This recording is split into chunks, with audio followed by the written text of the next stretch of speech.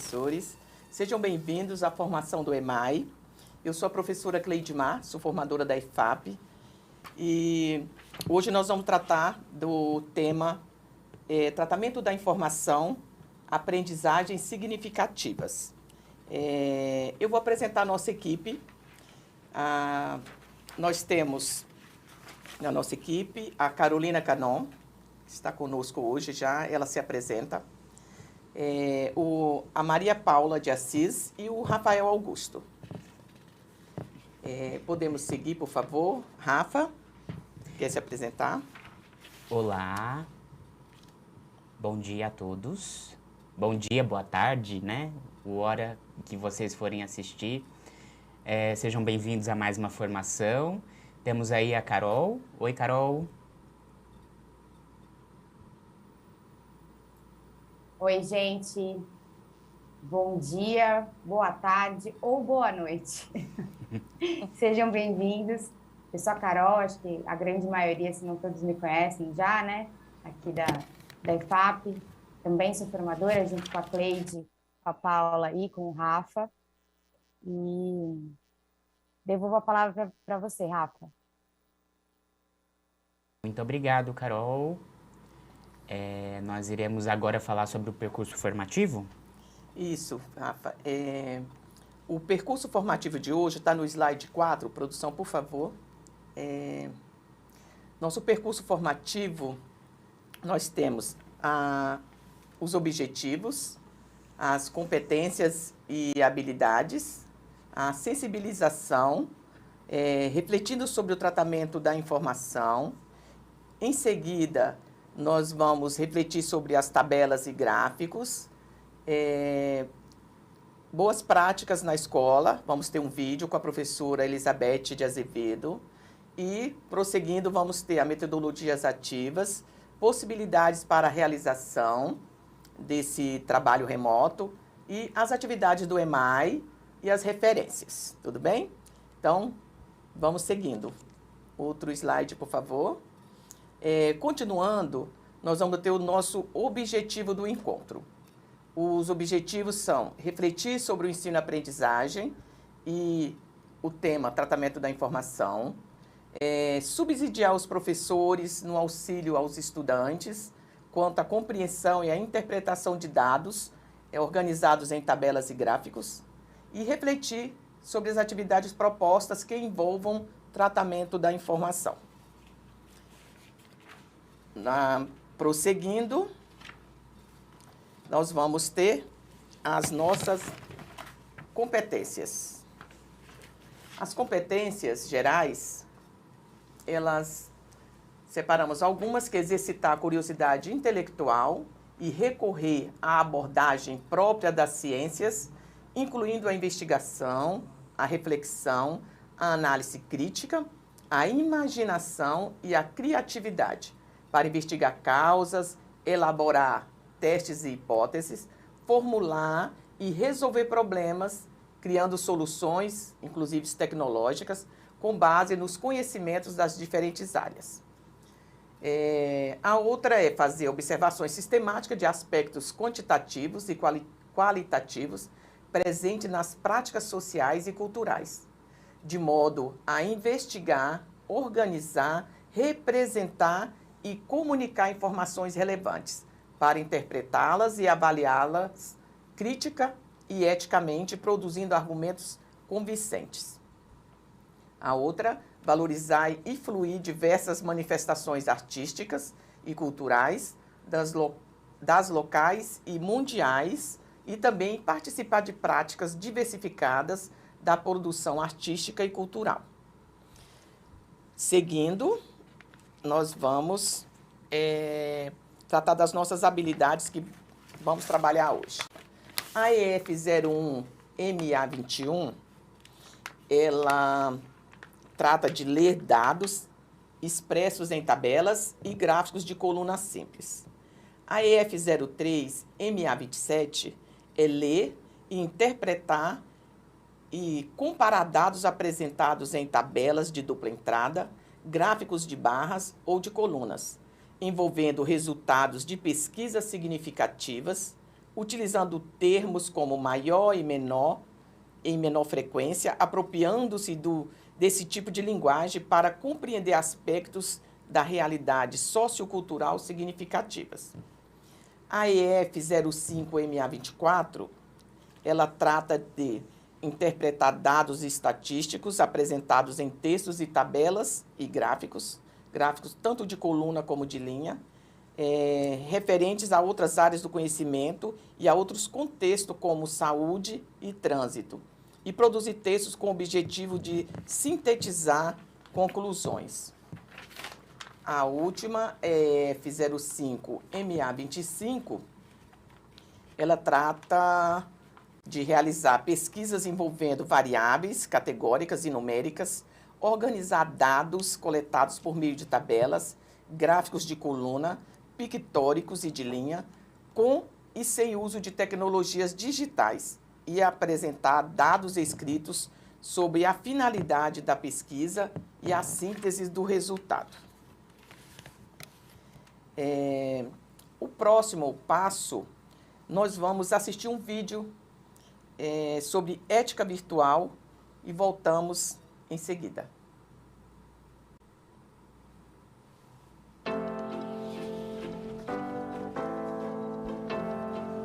O chat do Centro de Mídias é um dos nossos instrumentos de trabalho. Por isso é importante o bom uso de suas funções. Ele é um canal interno de comunicação entre os professores responsáveis pelas aulas e os professores da rede. Pelo chat, os professores do Centro de Mídias compartilham informações e ficam sabendo se suas aulas estão fluindo bem, se os alunos estão interagindo, se estão fazendo as atividades sugeridas e, o mais importante, se estão aproveitando e entendendo o conteúdo proposto. É bom ficar claro, o chat é um canal importante para os assuntos relacionados aos conteúdos das aulas. Este é o objetivo do chat do Centro de Mídias. Para outras questões não relacionadas às aulas, existe uma outra ferramenta que os professores devem acessar. É o FAQ do Centro de Mídias. Professor, é importante que isso fique bem claro. E sabe por quê? Porque além dos professores, os alunos da rede também acessam o chat do Centro de Mídias e eles conseguem ler tudo que é postado. Tudo mesmo. Já pensou na responsabilidade que isso implica? Então, todo cuidado é pouco, principalmente com a linguagem e conteúdo utilizados. Claro que não precisa usar uma linguagem rebuscada, super elaborada, mas deve ser uma linguagem com tratamento respeitoso aos colegas, sem gírias, sem emojis que infantilizem a mensagem, sem críticas ao trabalho do outro, sem fofocas, ofensas e, claro, sem palavrões. Lembramos sempre que o chat é um local de empatia e respeito aos colegas. E, claro, uma ótima oportunidade pedagógica para os professores mostrarem aos alunos alguns valores de convivência e comportamento, além de ética virtual que devemos transmitir com nossos exemplos.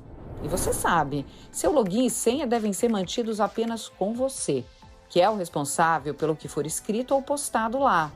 Tudo fica registrado no sistema e acompanhado pela SEDUC. Então, o melhor a fazer é não passar suas informações pessoais para ninguém. Vamos ter orgulho do nosso chat e das relações profissionais que estabelecemos lá.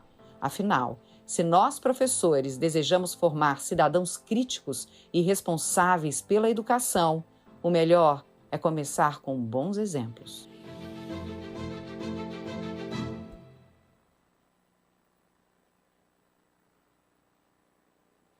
Oi, gente, estamos de volta. Bom, então agora chegou o momento da nossa sensibilização, tá? Para esse momento, nós separamos aqui, com foco na temática da TPC hoje, do EMAI, que é tratamento da informação, nós separamos aqui uma espécie de estudo de casos, tá? Eu vou ler uma história para vocês e explicar quais são os próximos passos, tá? O segundo ano da Escola Arco-Íris está aprendendo sobre o sistema de classificação dos animais. Na última aula, a professora Nicole explicou à turma sobre a classe dos seres vivos presentes no planeta. Dias depois, ao final da aula de ciências, lançou um desafio à turma. Quantas classes de animais são citadas na cantiga de roda A Velha Fiar? Júlia, uma das estudantes da turma, depois de pensar bastante, decidiu pedir ajuda à sua avó Edith. Dona Edith sugeriu que ela fizesse uma tabela a partir da letra da cantiga, de modo a organizar melhor as informações e responder à questão feita pela professora. Júlia começou escutando a cantiga. Vamos escutar?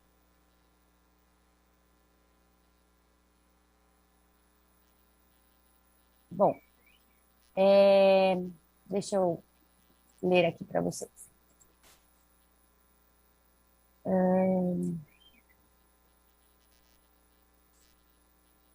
O minutinho está bem pequenininho aqui na minha tela. Estava o cachorro em seu lugar. Se vocês puderem colocar o slide para mim, por gentileza, é o 10. Isso. Estava o cachorro em seu lugar. Não, perdão. Tá. Ixi, para mim saiu cortado aqui. Bom, estava a velha em seu lugar, veio a mosca lhe fazer mal. A mosca na velha e a velha fiar.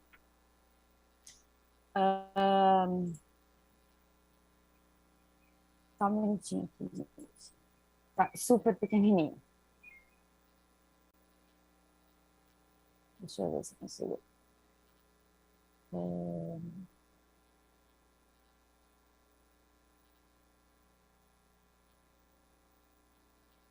Só um minutinho.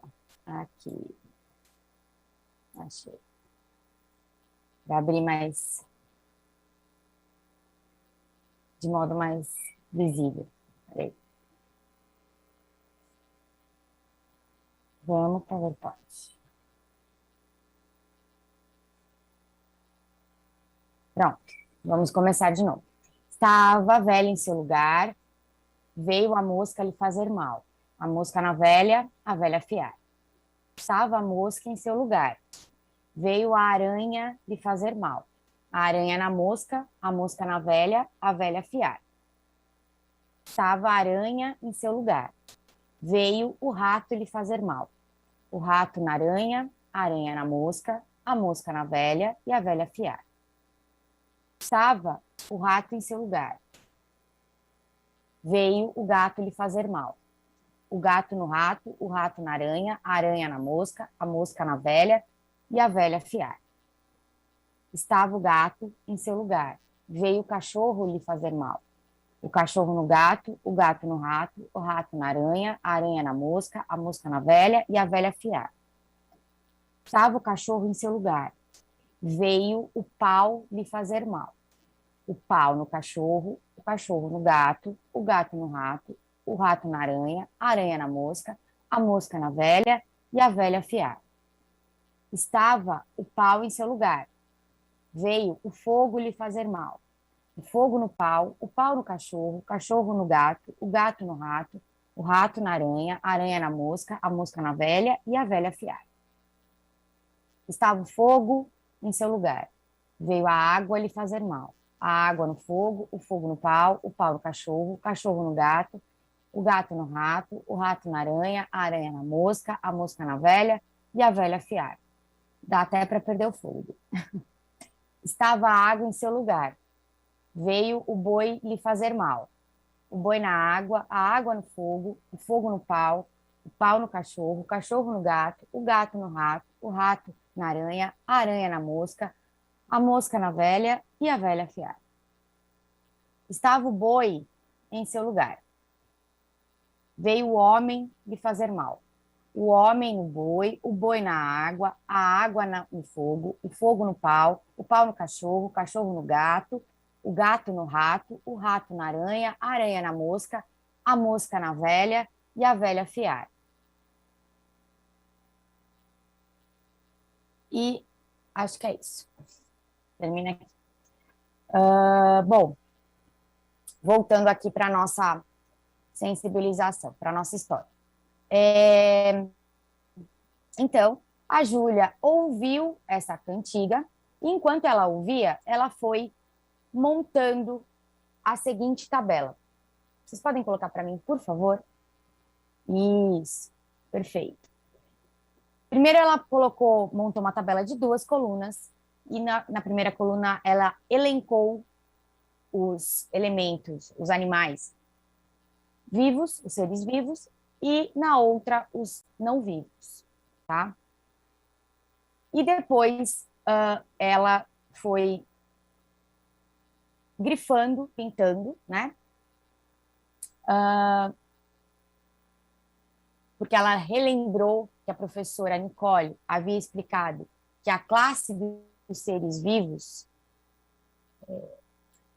tinha a ver com eles serem mamíferos, insetos, certo? E aí ela foi pintando da mesma cor aqueles animais que pertenciam a uma mesma classe. E aí ela encontrou, ao fim, 2 classes de animais na cantiga A Velha Fiada. E ela se empolgou demais. Foi lá, agradeceu a avó Edith pela dica, e disse que havia encontrado a resposta, disse a resposta: vó, são 2 classes de animais na cantiga. E aí ela resolveu, né, surpreender a professora Nicole. Para saber qual das 2 classes de animais tinha mais representantes na cantiga, a Júlia desenhou um gráfico de barras em seu caderno e mostrou para a professora a forma como coloriu as colunas. Diante do trabalho feito pela menina, a professora Nicole sugeriu que ela reformulasse a maneira como organizou os dados, de modo que pudesse apresentar a toda a turma as classes de animais que aparecem na cantiga.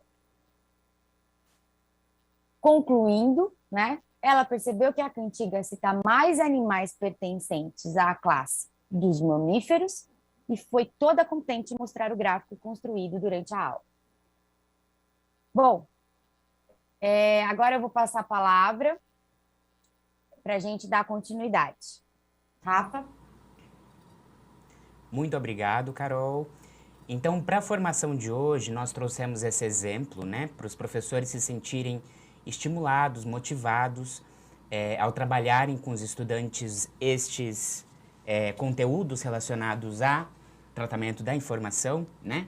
Então, quando a gente vai mobilizar com os estudantes essas habilidades, né, que contemplam a organização e o tratamento de dados, né, lidar com essas questões, envolvendo tabelas, envolvendo gráficos também, para que eles possam mobilizar esses conteúdos e não somente nas aulas de matemática, né, mas também nas aulas dos outros componentes.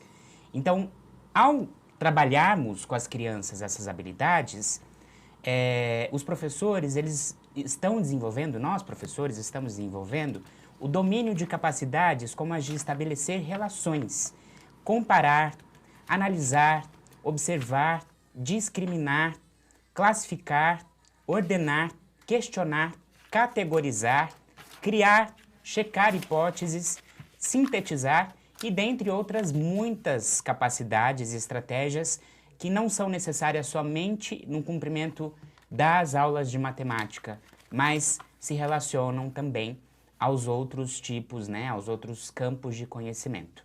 Então, o desenvolvimento destas capacidades promove a percepção das regularidades, trazendo para o concreto conhecimentos que atravessam todos os componentes, né, dos anos iniciais, promove a percepção das regularidades e isso faz com que as crianças compreendam melhor os fenômenos tratados.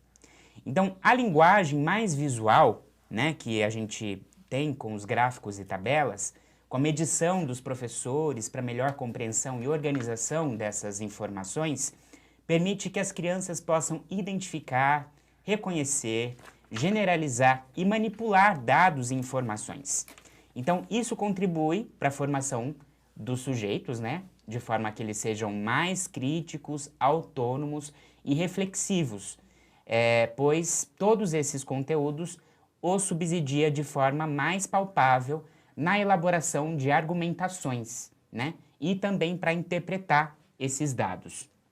Então agora nós vamos refletir um pouco, né, mais sobre o tratamento da informação, e eu gostaria que vocês colocassem, por gentileza, os slides, porque a gente selecionou aqui 2 trechos que eu vou ler para vocês, para nós. Então, a incerteza e o tratamento de dados são estudados na unidade temática Probabilidade e Estatística.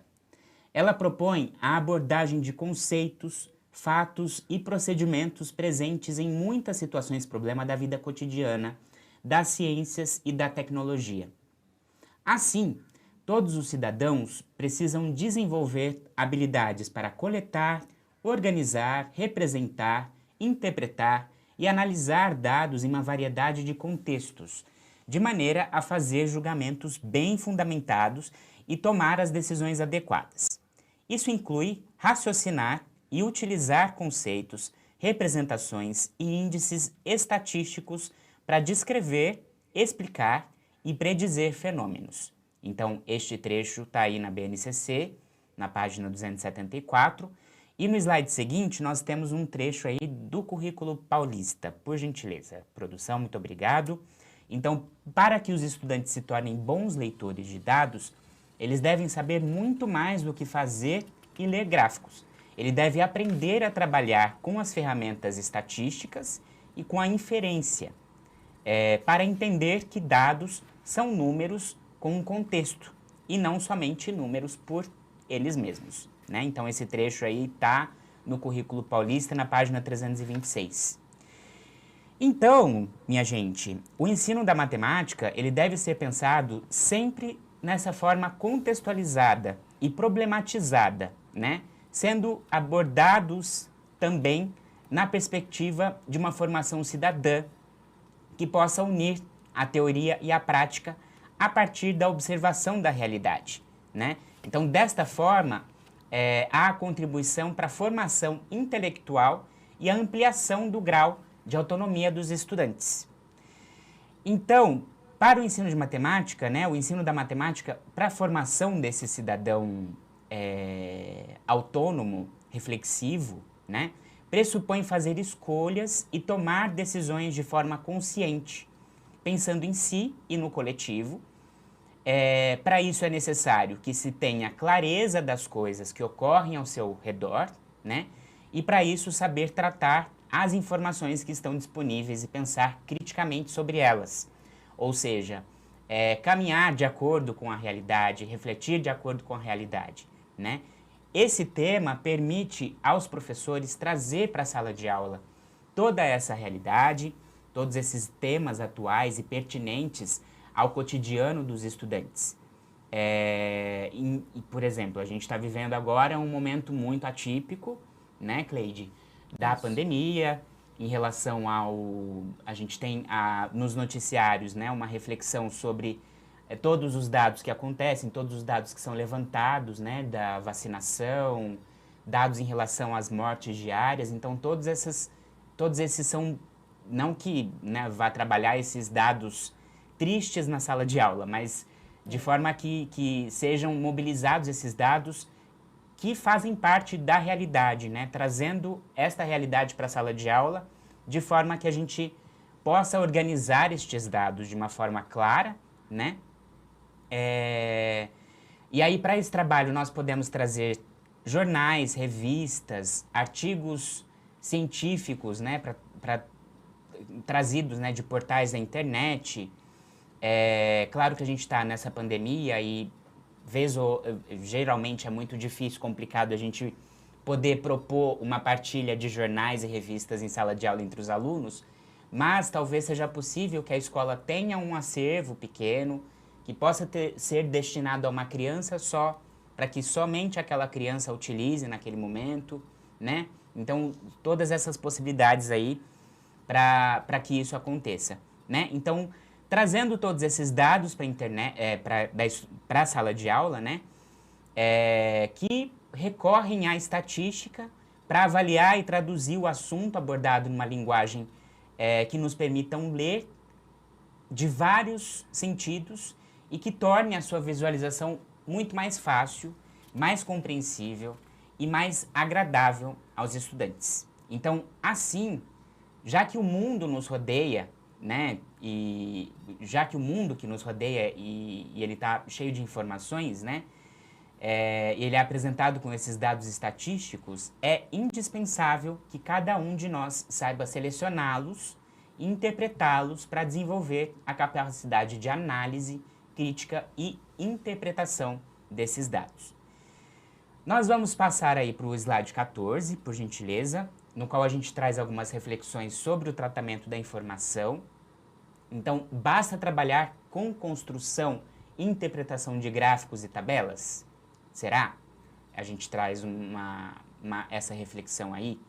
E posso trabalhar estatística com outras ciências ou com o cotidiano, né? É possível trabalhar o tratamento da informação com uma criança em processo de alfabetização? Nós temos aí essas reflexões que a gente vai continuar um pouco e agora eu vou passar a palavra para Carol. Com você, Carol. Legal, Rafa, obrigada. Bom, gente, então, continuando aí no nosso processo de reflexão, além dessas características que o Rafa já bem descreveu, né, acerca de gráficos e tabelas, eles serem ferramentas para apresentação dos dados de uma maneira mais, digamos, visual, né? Para além de tudo isso, né, a gente tem que pensar também que os estudantes, quando eles estiverem produzindo ou estudando ou se debruçando sobre, eles estarão inseridos em uma situação de estudo, de pesquisa, a partir da ótica da investigação, né?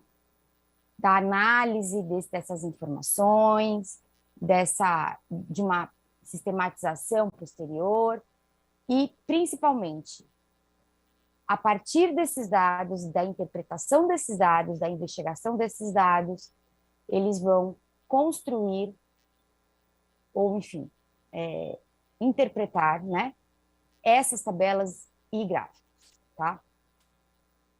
Sendo assim, esse movimento de investigação, nele há uma preocupação em estabelecer relações, classificações, elaborar hipóteses e principalmente checá-las, né? Formular questões, escolher amostras e instrumentos adequados para a resolução de uma situação-problema, por exemplo. Essas informações e esses dados podem ser trazidos dentro do contexto de uma situação-problema, né? Além de desenvolver estratégias diversificadas de estudo. É por isso que a gente, enquanto professor, a gente tem que atribuir a devida importância a essa pesquisa, tá? Já que ela é pensada como uma espécie de eixo principal para essa aprendizagem da estatística a partir pelos nossos meninos e meninas dos anos iniciais, tá? E, consequentemente, quando eles forem para os demais segmentos, continuarem a essa trajetória na educação, eles terão e retomarão em vários momentos essa aprendizagem, certo? Então, gente, as intervenções didáticas também precisam ensinar para os estudantes como estudar esses dados e informações estatísticos, tá? Dessa forma, a partir da estatística, a gente pode, né, é possível desenvolver a contagem de possibilidades, estudo também chamado de combinatória, certo?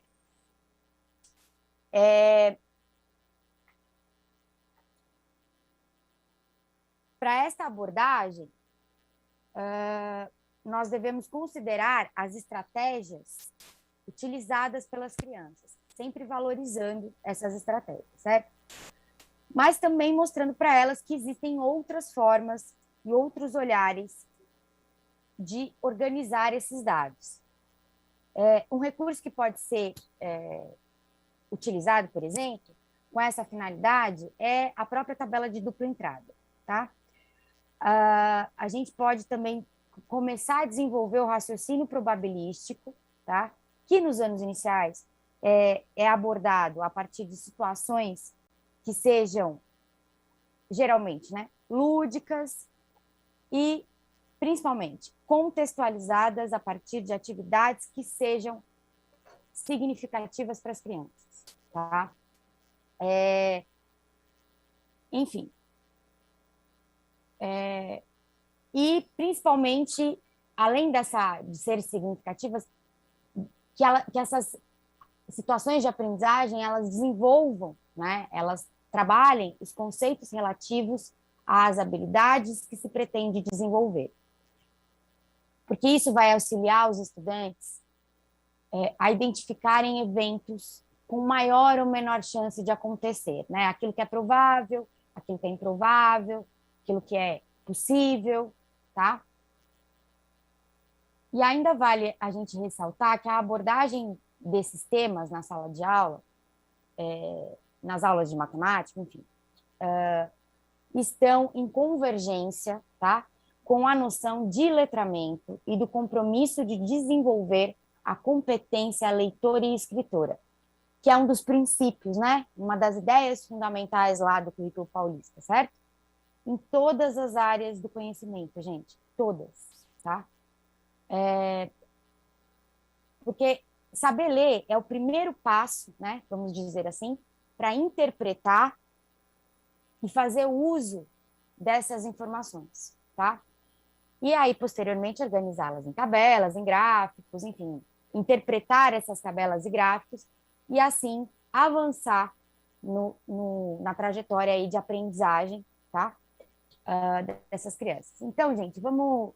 Se vocês puderem colocar o slide 15 para mim, por favor. Isso. Bom, como vocês podem ver aí, as tabelas e os gráficos, na verdade, aí a gente só tem gráficos, né? Eles nos dão uma visão geral, certo? Dos dados levantados.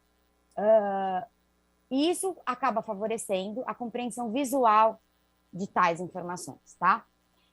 Essa habilidade, ela pode ser, enfim, ativada ou construída com as crianças a partir do ciclo de alfabetização também, tá? E nesse momento, gente, é importante que nós, professores, compartilhemos com as crianças uma variedade ampla, tá? De gráficos, de, enfim, pizza, barra, linha, enfim, né? Divulgados aí em jornais, em revistas, como bem disse o Rafa, em noticiários, certo? Para que elas, aos poucos, consigam, né?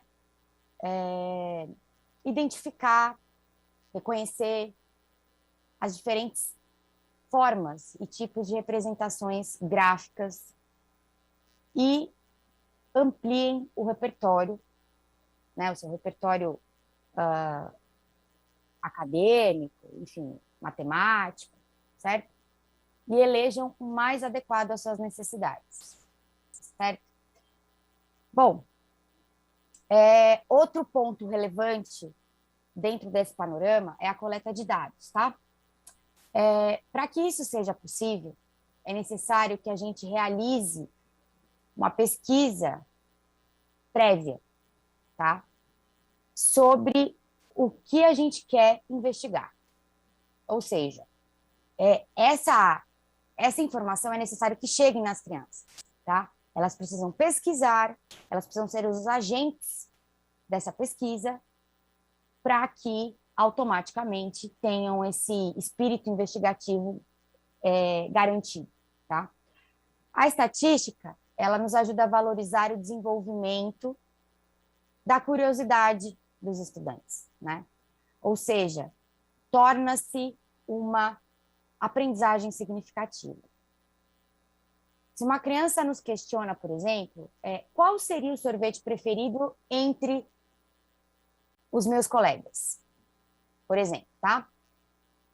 É possível que a gente, por meio da estatística, direcionemos o desenvolvimento dessa investigação, tá?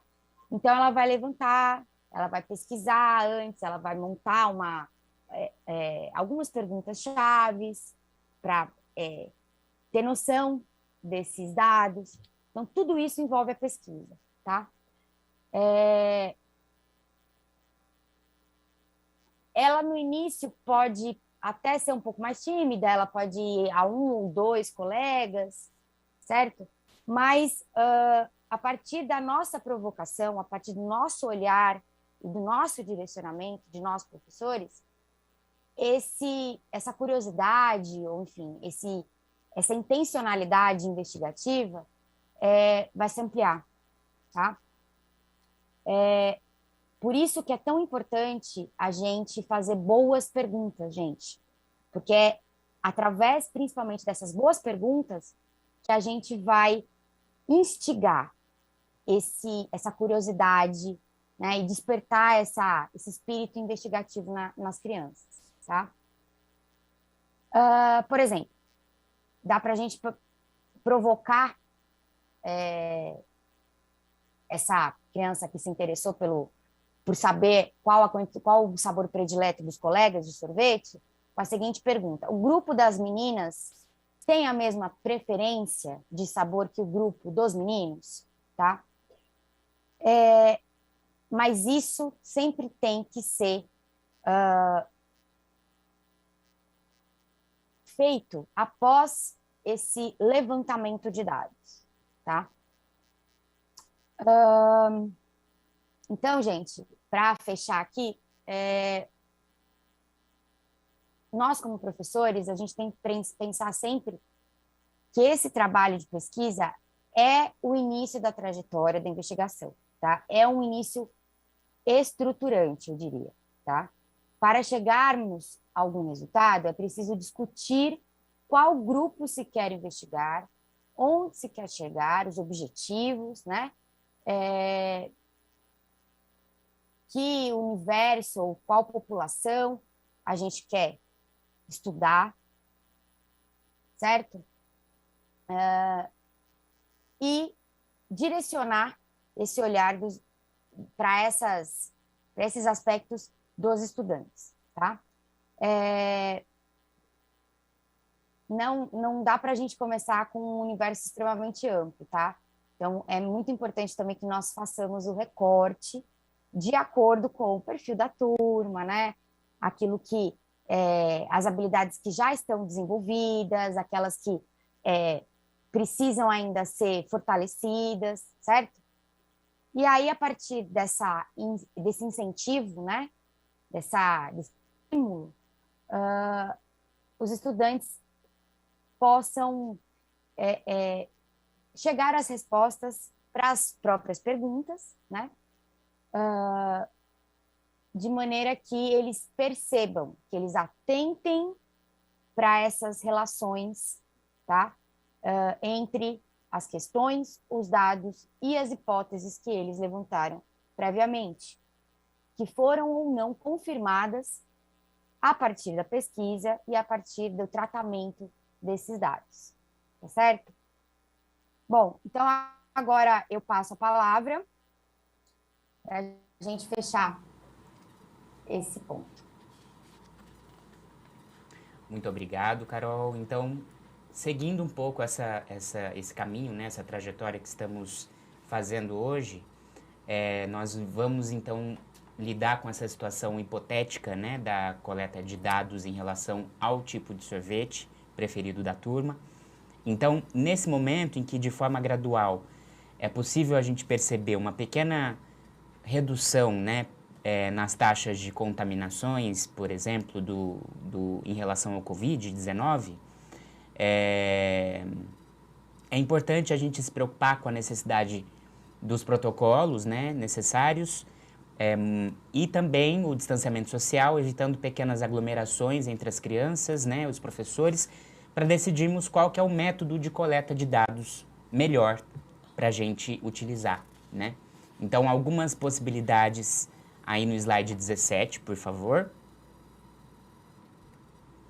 Então, cada estudante entrevistará um colega e anotará as respostas em um formulário, feito por escrito, ou feito no caderno, ou utilizando algum recurso tecnológico que temos em mãos hoje, né, como Google Forms, que deve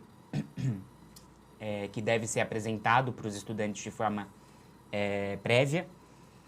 E depois será construído um questionário pelo professor, que será respondido por todos os estudantes, e será feita também a coleta de dados de forma coletiva, em sala de aula, ou por meio da tecnologia, né? Caso a gente ainda tenha, e provavelmente tenha alguns alunos ainda no remoto. Então, a professora pode elaborar um quadro na lousa para anotar as respostas de todos os estudantes envolvidos na sua pesquisa.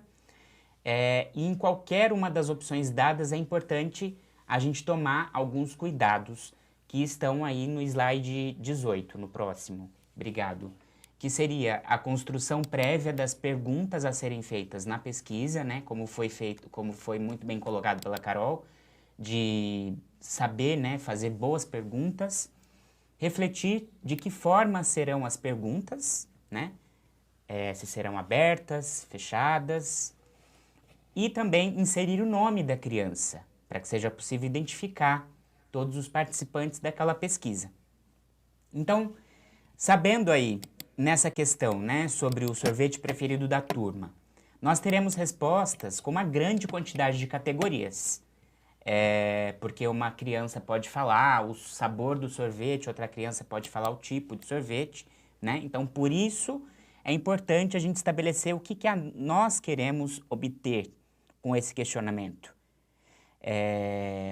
Então, nós temos critérios diferentes de classificação da categoria principal, que é o sorvete preferido da turma, né, que nós queremos desvendar aí. Então, para gerar uma pesquisa estatística, é importante definirmos qual critério vamos classificar as respostas, né? Então, aí a gente já está com o slide 19 na tela. Então, o processo de geração de uma classificação da variável utilizada em uma pesquisa é sempre necessário. Então, algumas pesquisas optam por utilizarem uma classificação prévia, apresentando ao sujeito pesquisado categorias definidas previamente para o estudante poder escolher, conforme está aí no nosso exemplo, aí no slide 19. Qual dos sabores de sorvete abaixo você prefere? Morango, chocolate, baunilha, creme ou outro? Então, essa variável do tipo de sorvete é um dado importante a ser levantado com os estudantes. E aí nós temos algumas outras sugestões. Primeiro aí no slide 20, por favor. Que tipo de sorvete abaixo você prefere? Casquinha, copo, milkshake, palito. E aí no slide 21, nós temos aí o exemplo de uma organização desses dados feita, né, com os resultados coletados na nossa situação hipotética aqui, pela professora Roseli, que está com uma turma de primeiro ano. Então, ela organizou os dados dessa forma, né? Colocou todos os nomes das crianças e todos os sabores favoritos de cada criança e também o tipo de sorvete favorito de cada criança também. Então, como que a gente pode apresentar esses dados, né? Então, após essa organização, nós precisamos fazer uma análise estatística desses mesmos dados para que a gente possa responder a nossa pergunta inicial. Qual é o sorvete favorito da turma? Então, nós podemos utilizar a frequência absoluta, que é uma das medidas estatísticas utilizadas e que exige apenas a contagem. Então, para isso, é importante nós selecionarmos um tipo de gráfico ou tabela que melhor nos auxilie na análise desses resultados.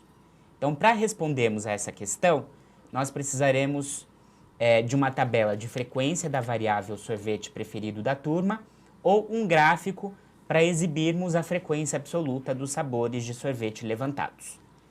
Então, de forma que a atividade seja lúdica e que possa fazer com que os estudantes aprendam, e mais que isso, né, que eles se divirtam, há a sugestão de construir o gráfico com figurinhas ou um papel quadriculado para facilitar a compreensão do gráfico, que, por exemplo, aí está no nosso slide 22, por favor. Então, os dados organizados lá no início, coletados pela professora, transpostos para uma tabela e agora estão no gráfico. E aí a gente tem, em seguida, no slide 23, nós podemos também propor para as crianças a criação de uma tabela com as informações do gráfico. Podemos propor o inverso, né? Então, do gráfico para a tabela. Também temos essa possibilidade.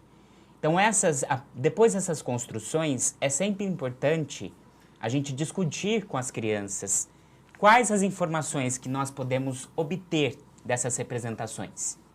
Nós podemos propor uma série de perguntas a partir desses dados levantados pelo gráfico, como a gente pode ver aí no slide 24, por favor. Qual que é o sabor de sorvete mais votado? Qual o sabor menos escolhido? E se alguns dos sabores não tivessem sido votados, de que forma que essa informação poderia aparecer no gráfico? Né? De que forma que essa informação poderia ser representada no gráfico? Então, o tratamento dos dados deve estar atrelado ao tipo de questões geradas. Então, nós podemos ainda elaborar tabelas com tipos de sorvete preferidos entre os meninos e as meninas, conforme o que segue. Nós podemos observar aí no slide 25, primeiro, nesse slide 25 nós temos os dados organizados em uma tabela e depois no slide 26, os dados organizados em um gráfico. Porém, nesses últimos slides que nós mostramos aí, somente os dados relacionados aos meninos, né? Fizemos o mesmo processo, mas agora relacionados aos meninos, como vocês podem ver. E aí, o mesmo nós fizemos aqui com as meninas, em relação às meninas, né? No slide 27, que está em tela agora, que os dados estão na tabela, e no slide 28, o próximo slide, que está organizado no gráfico. Então, para essa atividade, nós também recomendamos, né? Enfim, a gente recomenda e contamos também com o conhecimento de vocês, óbvio. Então, nós recomendamos que vocês também, os professores, explorem o máximo de informações que possam retirar desses gráficos e também, trabalhando o lúdico, né? A gente sugere também o uso de cores diferentes, para que as informações sejam melhor visualizadas, observadas pelas crianças, né? E pensando até, não sei se vocês observaram aí nos nossos slides, observando e lembrando que o universo entre meninos e meninas vai muito além do rosa e do azul, né? Então, aproveitem para utilizar esse momento, né? Para incentivar os estudantes a serem mais criativos. Agora eu vou passar a palavra para a Cleide. Obrigada, Rafa. Por favor. Então, vamos retomando aqui os tipos de gráficos. No slide 29, nós temos modelos de gráficos, né? Tipos de gráficos nós temos. A gente pode ver que os gráficos nos mostram uma visão geral dos dados e favorece a compreensão visual das informações. Como dissemos anteriormente, é importante que as crianças conheçam os diversos tipos de gráficos e que elas tenham oportunidade de identificar as diferentes formas de representações gráficas, de forma a ampliarem seu repertório e que eleja os mais adequados às suas necessidades. São elas os tipos de gráficos: pictograma, gráficos de barras, de linha e de setor. É importante também que as crianças conheçam as mais diversas representações gráficas para terem repertório e que elas saibam as mais adequadas aos seus objetivos. Para isso, é importante que elas compreendam as especificidades de cada uma dessas representações conforme seguimos. O gráfico de barras, ele pode ser utilizado tanto na horizontal quanto na vertical. Permite estabelecer comparações e frequências para os estudantes do primeiro e segundo ano, ou porcentagem para as crianças maiores a partir do quarto ano. No caso da figura a seguir, retirada do Aprender Sempre, do segundo ano, na aula 9 do volume 3, e a partir dos dados organizados pela professora Aline, em uma tabela, após a elaboração de uma pesquisa, a qual cada criança teria de votar no meio de locomoção que utilizava para ir até o mercado. Após a organização desses dados na tabela, a professora também propôs a elaboração de um gráfico, tal como em nossa trajetória até aqui nesta formação. Conforme estamos estudando o gráfico, é uma possibilidade de termos para organizar e apresentar dados por meio de um conjunto de colunas que estão na posição vertical e representam categorias. Neste momento, como gráfico desenhado na lousa ou projetado em alguma outra forma, para os estudantes, podemos refletir sobre cada uma das colunas e questionar os estudantes sobre qual categoria está sendo representada por cada uma das colunas. Em seguida, podemos explorar os eixos e perguntar qual a função deles. O material Aprender Sempre indica aos professores no desenrolar da atividade para perguntas sobre as escalas numéricas do eixo, números do estudante, e podemos investigar estudantes no que disserem qual a utilidade dessa escala e em que intervalo ela foi escrita. Além disso, nessa atividade, o professor também pode explorar gráfico por meio de questões na sequência. No slide 31, por favor, nós podemos ver que temos as perguntas que a gente pode levantar. Qual a forma de locomoção mais utilizada entre os estudantes e suas famílias para irem ao mercado? Quantos estudantes responderam a esta pesquisa? Quantos estudantes não utilizam um carro próprio ou da família para ir ao mercado? Então, são dados que foram levantados, como nós já falamos anteriormente, né? Que essas perguntas do item, ela envolve um primeiro nível que requer uma leitura literal dos dados. Já as questões representadas no item B, ela envolve uma análise entre dados para identificação de uma formação ou que está explícita. Portanto, é necessário fazermos uma interpretação dos dados. A leitura, a análise e a interpretação de gráficos e tabelas não são aprendizagens simples e precisam ser ensinados. Nascer para o trabalho,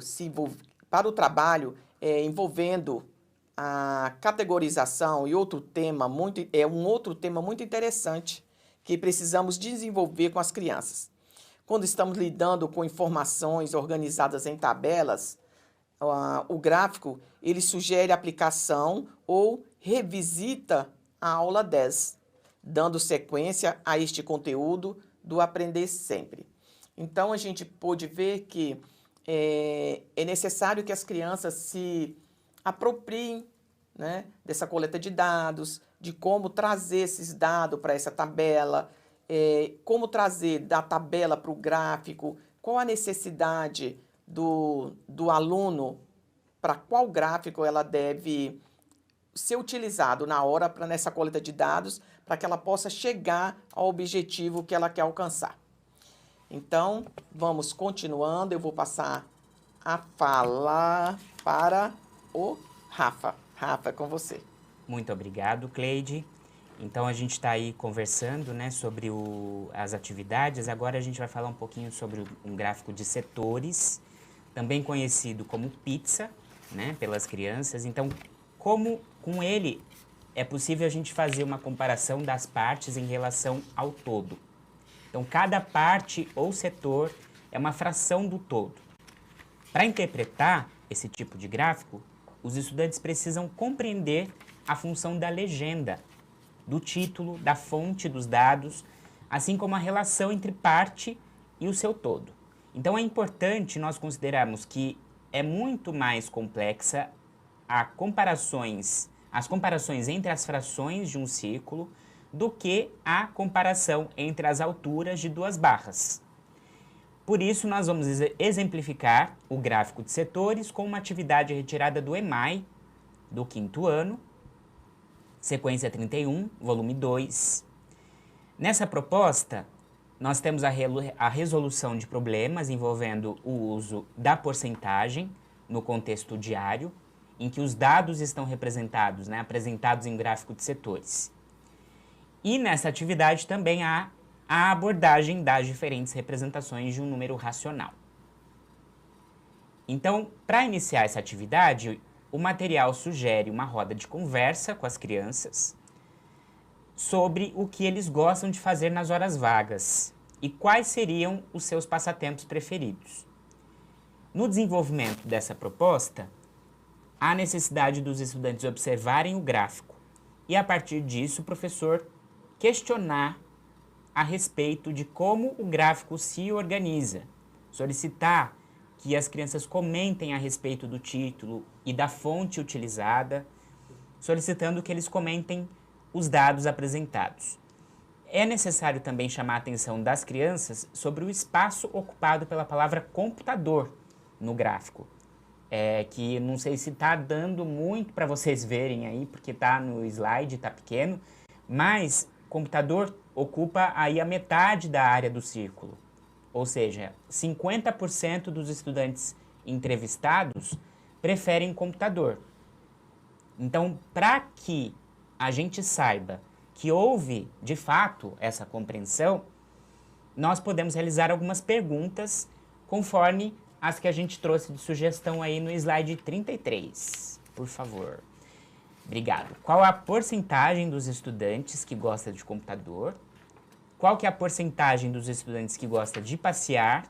E, comparando os dados relativos a esportes e a videogame, qual deles teve mais votos? E aí, no slide 34, nós temos aí uma tabela que as crianças têm que preencher com as informações que estão faltando. Então, conforme a gente mencionou anteriormente, por se tratar de uma dificuldade, as crianças pequenas elas não conseguem construir gráficos como estes, né, de setores, que tem uma certa precisão, tem uma certa especificidade, porque é necessário encontrar o ângulo central que corresponde à frequência que se quer representar. No caso dessa atividade, foi necessário representar uma frequência de 50%.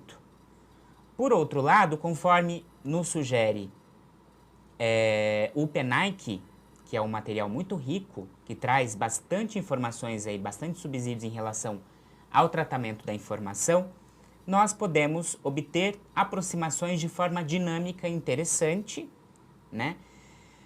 Com uma situação, por exemplo, que a gente deseja construir um gráfico de meninas e meninas, o professor pode, por exemplo, colocar as crianças em roda, fazendo um círculo no centro da roda e unir as extremidades. De forma semelhante, ele pode fazer utilizando não as crianças, mas utilizando materiais, como tampinhas de garrafa PET, né? Estabelecendo que cada tampinha equivale a duas crianças, né? E faz uma roda com as tampinhas, simulando aí a situação narrada na atividade. E aí, essa é apenas uma, né, das inúmeras possibilidades de ideias que nós temos, né? De boas estratégias para que os estudantes estejam envolvidos aí na elaboração dos gráficos e que não simplesmente fiquem na observação, mas que eles participem também da construção dessas representações, né? Que poderão ser melhor elaboradas pelos estudantes mais tarde, né, quando eles tiverem uma melhor compreensão desses conceitos, como ângulos e proporcionalidade. Aí agora eu passo a palavra para a Carol.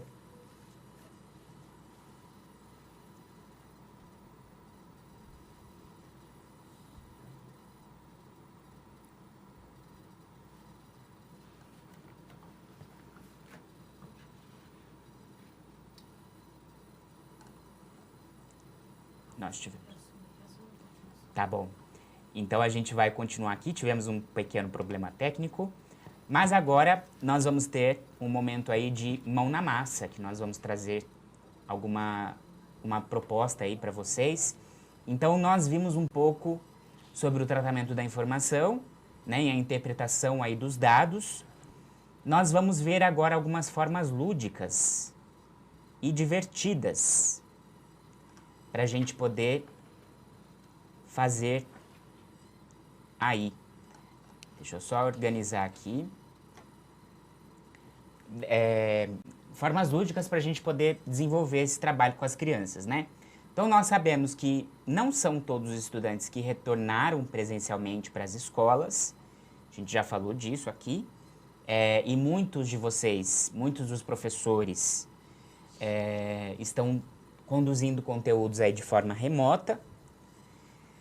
Então, nós vamos trazer agora 2 exemplos de desenvolvimento de atividades presentes aí nos nossos materiais de apoio. Então, como já foi dito nos vídeos, tabelas e gráficos são importantes para a representação dos dados, de maneira que eles percebam, né, que as crianças possam perceber as regularidades entre as informações e assim tenham subsídios para construir generalizações a partir do espírito investigativo.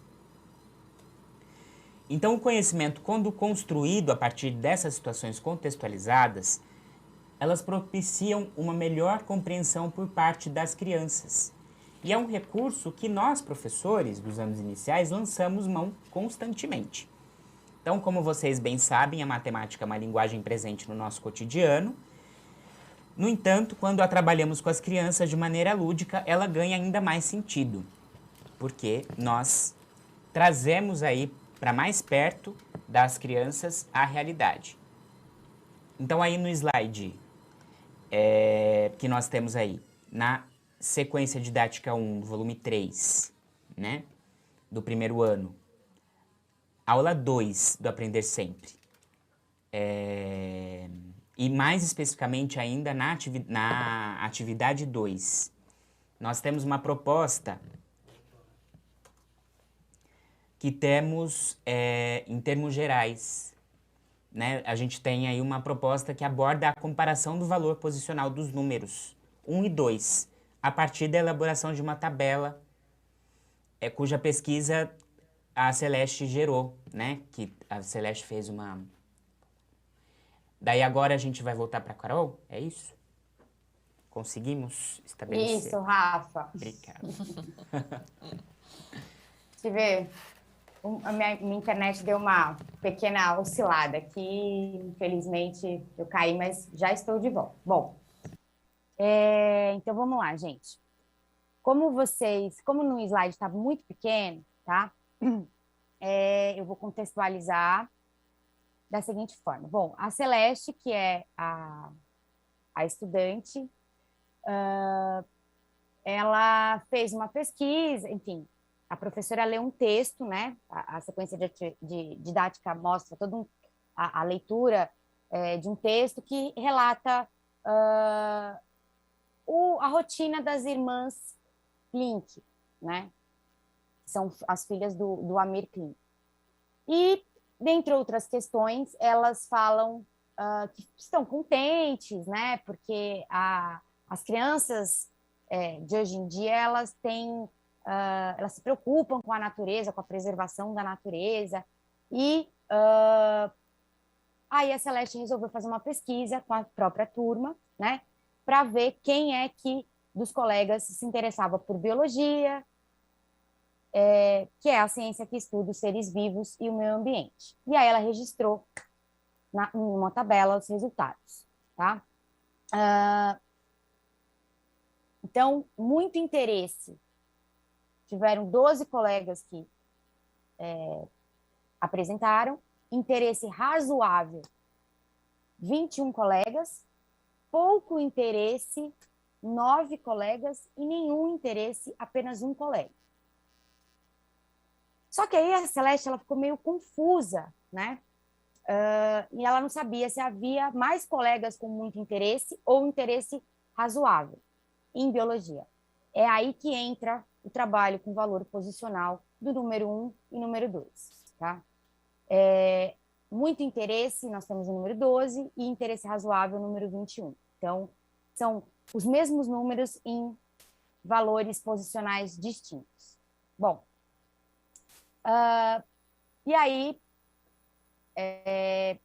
ela tinha algumas perguntas para responder, certo? Só que qual é a nossa proposta? Para deixar isso de uma maneira mais lúdica, mais visível, digamos assim, a gente pensou aí numa atividade, né, com materiais de fácil acesso, que vocês podem fazer tanto em contexto presencial quanto em contexto remoto, tá? Que é uma forma de montar um gráfico de uma maneira mais concreta para que eles consigam, os estudantes do primeiro ano consigam aí, não sei, de repente responder a essas questões que foram levantadas para a Celeste e entenderem aí melhor os valores posicionais número 1 e número 2, tá? Então, se vocês puderem passar o slide para mim, por gentileza. Isso. Aí estão os materiais, tá? É uma folha de sulfite ou uma folha quadriculada, que vocês tiverem em casa, mais fácil. Régua, caneta, de preferência canetinha, para ficar mais destacado, né? E botões, tá? Os botões, eles podem ser substituídos, gente, por qualquer outro objeto que tenha regularidade na forma e nas cores, tá certo? Por que que isso é importante?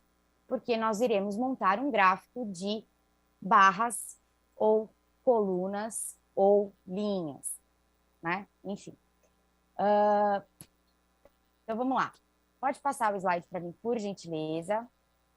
A gente vai começar, então, colocando os dados da tabela nos eixos, né? No plano cartesiano. Obviamente que a gente está falando de uma turma de primeiro ano. Vocês podem ou não dar uma breve explicação do que é um plano cartesiano, tá? Mas eu acho que não há necessidade de aprofundamento. É meramente para as crianças compreenderem do que se trata, tá? E aí, pensando que elas terão aí uma longa trajetória com o plano cartesiano posteriormente, tá? Mas é só para que elas se sintam nesse instante estimuladas a construir esse gráfico junto com vocês, tá? Então, a gente vai colocar os dados da primeira coluna em uma das linhas, tá? E na outra, da outra coluna, nós iremos contabilizar, pode passar o slide para mim, por gentileza, com os botões, tá? Como vocês podem ver aí. Então, na primeira categoria, né, que é muito interesse, vocês coloquem ou façam as crianças colocarem como vocês acharem mais conveniente. É para vocês adaptarem, tá, gente? Isso foi só uma ideia que a gente está trazendo aqui de uma atividade do próprio material, com um olhar mais concreto, tá? Então, serão colocados, no caso aqui, 12 botões, tá? No próximo, pode passar, por gentileza. Ah, já tá. Isso. E na próxima categoria, 21 botões.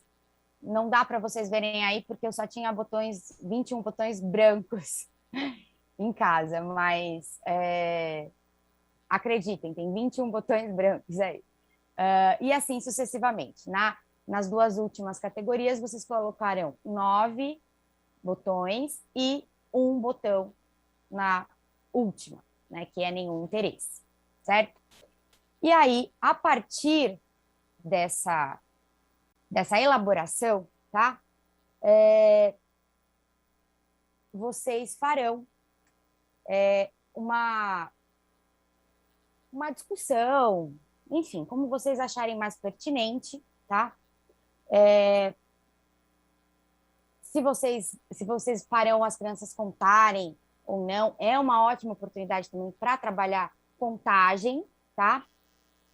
Mas, de qualquer forma, é a partir da lógica do espírito investigativo, tá? Que as crianças vão olhar para esse gráfico e responder às questões propostas à Celeste, tá? Bom, a primeira delas é... Vamos lá. Perdão. A primeira questão é: quantos colegas mostraram muito interesse, tá? Vocês têm que chamar a atenção das crianças para que eles observem a primeira linha. E, a partir daí, também é uma ótima oportunidade, certo? Para trabalhar por estimativa. Olha, qual das linhas é maior, qual das linhas é menor? Vocês acham que tem alguma relação? A segunda linha ser maior ou ser menor, tá? É importante que vocês relacionem as categorias descritas da tabela com o número de botões ou de qualquer outro objeto que vocês tenham colocado aí, certo? E, assim sucessivamente, vocês irão, junto com as crianças, ou propondo a elas que respondam essas questões da atividade a partir da observação deste gráfico, tá? Quantos colegas mostram um interesse razoável? E a última questão: quantos colegas demonstram pouco ou nenhum interesse? Ou seja, você já tem aí, a gente já tem aí uma soma, digamos assim, dessas duas categorias, dos valores dessas duas categorias, tá? Enfim. É importante, gente, que vocês compreendam que esses recursos, né, essa mão na massa, essa concretude, elas têm um horizonte, né, de possibilidades infinitas, tá? Os gráficos, eles têm esse poder, né? Principalmente o gráfico de linhas, de barras, de colunas, enfim, de dar concretude para esses dados, tá? Então, eles são ferramentas importantíssimas para a compreensão e para trabalhar aspectos do cotidiano, tá? Bem como a sua utilização é ampla em todos os componentes ao longo da trajetória, tá? Escolar das crianças, enfim, depois do ensino fundamental, anos finais e, consequentemente, no ensino médio, tá?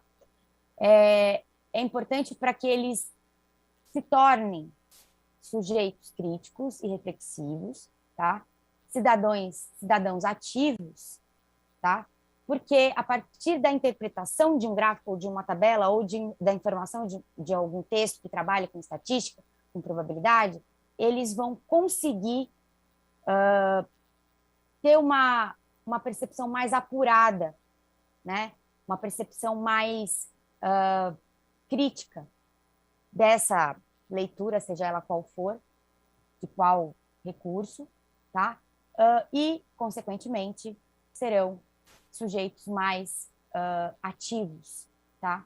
No seu contexto. E agora, para fechar, gente, eu vou chamar aqui o vídeo da professora Elizabeth Azevedo, que ela vai mostrar para a gente, vai compartilhar com a gente uma boa prática que ela desenvolveu com os seus estudantes, tá? Deixa eu só ver aqui.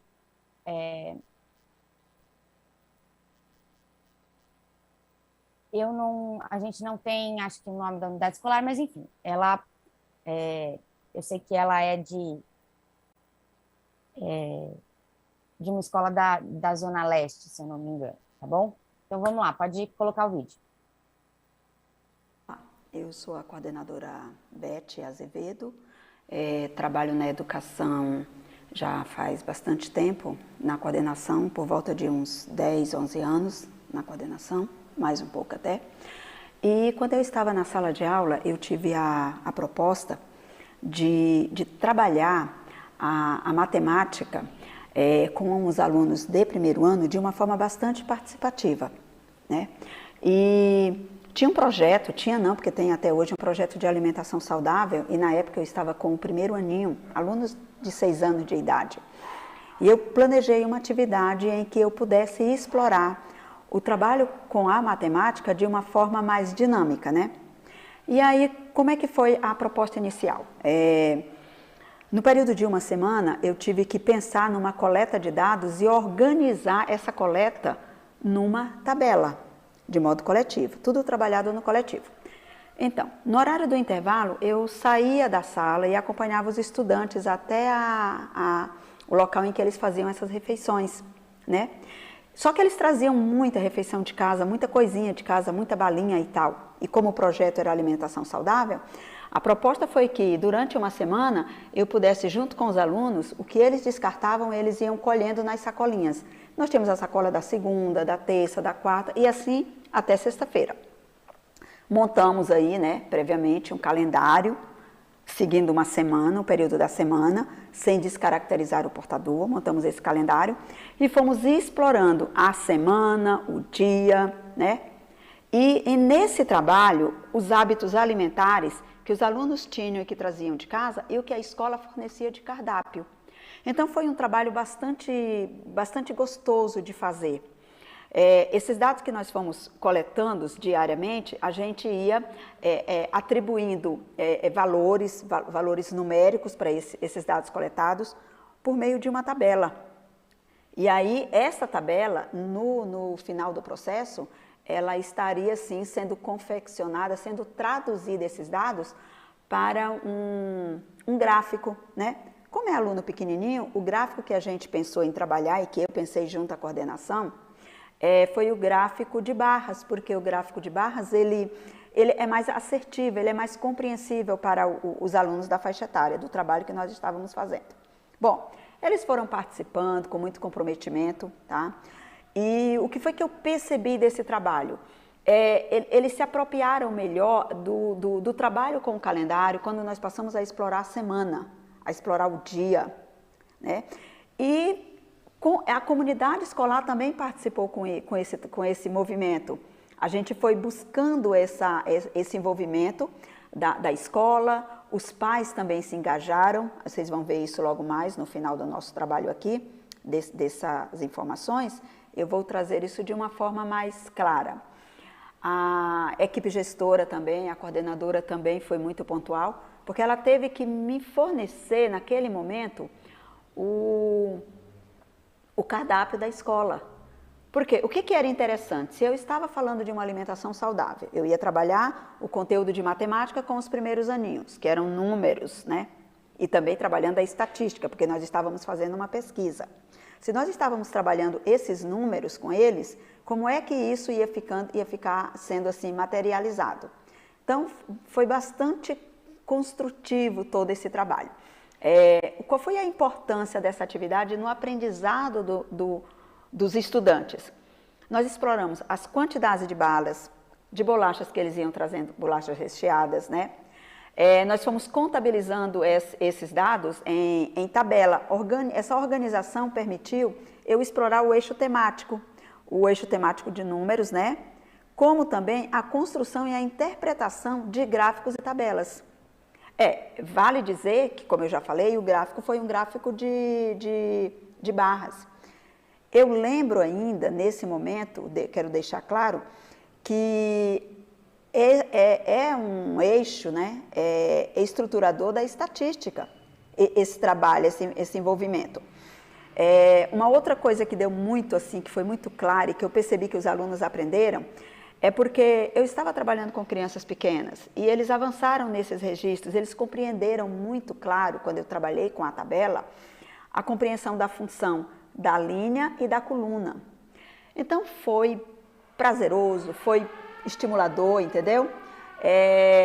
Eu tenho que relatar que, por conta da reunião de pais que nós íamos ter logo em decorrência do fechamento desse projeto, eu pude partilhar com os pais, né?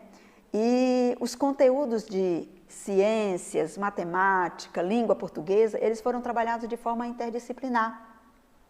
Foi muito, muito bom. Os pais perceberam o quanto as crianças estavam trazendo para a escola, sabe, alimentos que não eram tão bons para aquele momento das crianças. Nós percebemos também que nesse movimento os pais compreenderam a necessidade de validar, de valorizar o cardápio da escola, que vinha com frutas, com alimentos assim, trabalhados no decorrer da semana de uma forma organizada, e que o valor calórico, né? Eu não estava falando de valor calórico para aqueles meninos, mas os pais perceberam isso porque nós fizemos uma reunião e eu partilhei esses dados com os pais. Os pais viram, os alunos que iam trazendo, a gente ia colocando esses biscoitos, essas embalagens, a gente ia colocando tudo nessa nossa tabela, fazendo as contagens e fazendo os registros. Na reunião de pais, eles perceberam o quanto essas crianças, e ali eu não estava trazendo por aluno, nós estávamos fazendo um movimento de pesquisa da sala de aula. Eles perceberam quanto essas crianças, esses alunos, estavam consumindo doces. Se fosse uma sala maior, nós iríamos trabalhar outros aspectos relacionados à massa calórica, a massa de algumas crianças que estavam bem corporal, a massa corporal estava bastante avantajada. Então, bem simples, foi um trabalho gostoso de fazer. Tivemos essa participação da comunidade, da escola, do refeitório, da menina que faz a comida, que me passava quanto que ia ser consumido naquele dia, o que consumiram. Então, foi um trabalho que ele cresceu. E ele não se esgotou por aí, tá? Ele foi... depois a gente conseguiu ainda deixar esse trabalho ainda guardado por algum tempo, e nós retomávamos sempre que havia necessidade.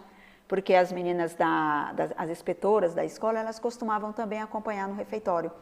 E aí perceberam se isso foi um aprendizado, se a gente conseguiu, de fato, melhorar essa questão da alimentação saudável, porque a proposta inicial era essa, trabalhar uma alimentação saudável durante uma semana para ver o que nós conseguiríamos. E então, ele não se esgotou numa semana. A gente fez um acompanhamento e nós percebemos que fora da escola, né, fora da sala de aula, isso ganhou repercussão.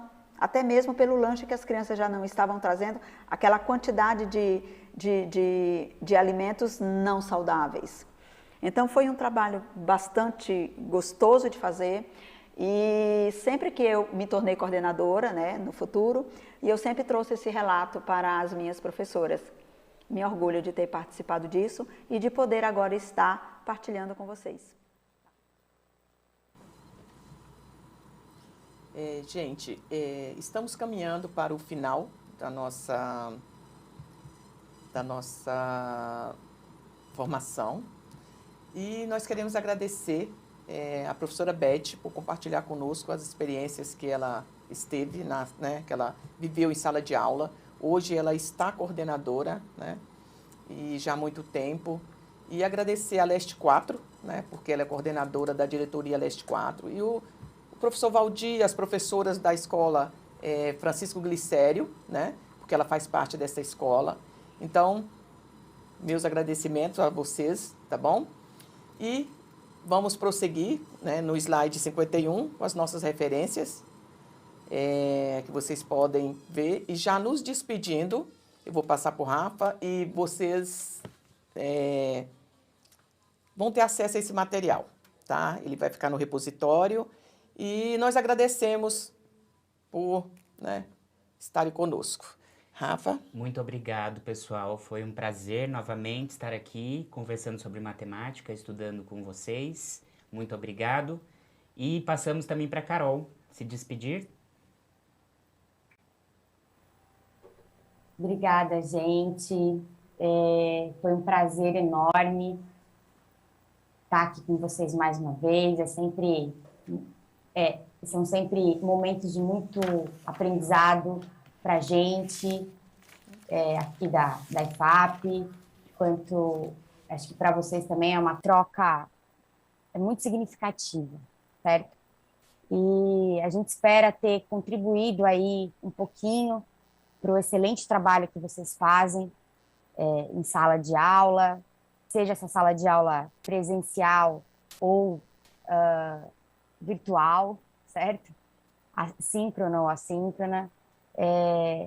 A gente tem um profundo respeito e admiração pelo trabalho que vocês desenvolvem, pelos profissionais que vocês são. E para mim, e acredito para todos da equipe também, é um privilégio e um orgulho imenso poder compartilhar desses momentos com vocês, tá bom? Então é isso, eu espero que a gente tenha contribuído aí para o olhar de vocês.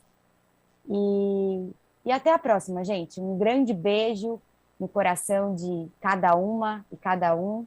E até a próxima.